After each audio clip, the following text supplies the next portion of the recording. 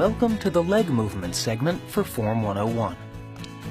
Running speed is ultimately a function of stride length and stride rate.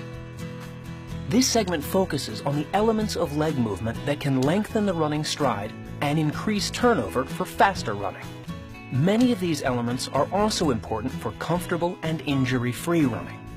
Keep in mind, the components of a longer and faster stride will be exaggerated when sprinting as compared to distance running. Distance runners still want to develop the capacity to run faster, but they need to balance speed with endurance. The best way to safely increase stride length and stride rate is by focusing on specific elements of the stride. Here are 10 essentials of leg movement to teach your runners. Then check out the activity segments in A Running Start for exercises that will help runners incorporate these essentials into their stride. First, runners should take off and land on either the midfoot or the forefoot, also known as the ball of the foot. Many runners land either flat-footed or on their heels. Both these actions direct force down into the ground without generating much pushback to propel the body forward. Notice that this adjustment, to running way up on the tiptoes, is different from running on the balls of the feet. It's also inefficient, as the runner can't generate enough force to propel himself forward. The next essential of leg movement, and a closely related one, is to run lightly on one's feet. Runners should avoid pounding or plodding. Plodding wastes too much energy and doesn't take advantage of the elastic energy stored in the muscles.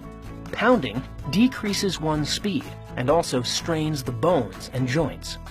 These are flaws you can sometimes diagnose by listening to foot strike. Instead, runners should be light on their feet, almost springy, and as quiet as possible.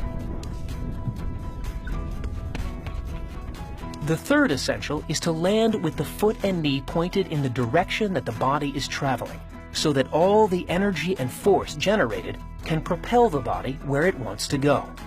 When the feet or knees point inward or outward, this steers some of the energy in the wrong direction.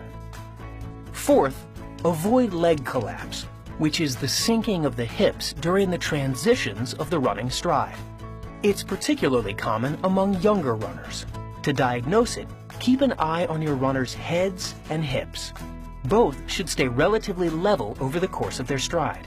If they bob up and down, your runners are expending more energy than necessary, and you should help them make the correction.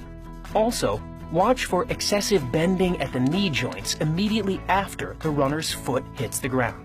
The root causes of this sinking are weak hamstrings and quads, and poor neuromuscular development. Drills that focus on quick and powerful jumping, such as high skips, are a good way to avoid leg collapse. You can also instruct your runners to stiffen their leg joints upon foot strike, as demonstrated here. The fifth essential is to make sure the feet are moving backwards as they land. Avoid scuffing the feet or having passive landings.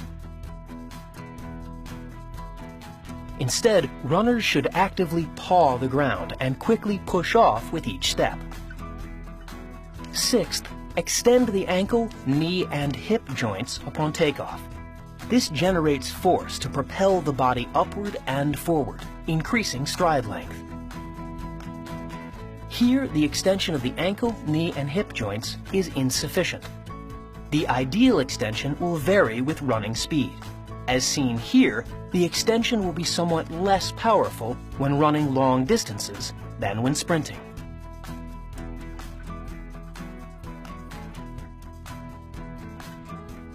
Seventh, lift the foot up toward the butt quickly after pushing off the ground. Bringing the foot to the butt closes the angle behind the knee, allowing the leg to swing forward more rapidly. The leg swings forward inefficiently when the angle behind the knee is wide open.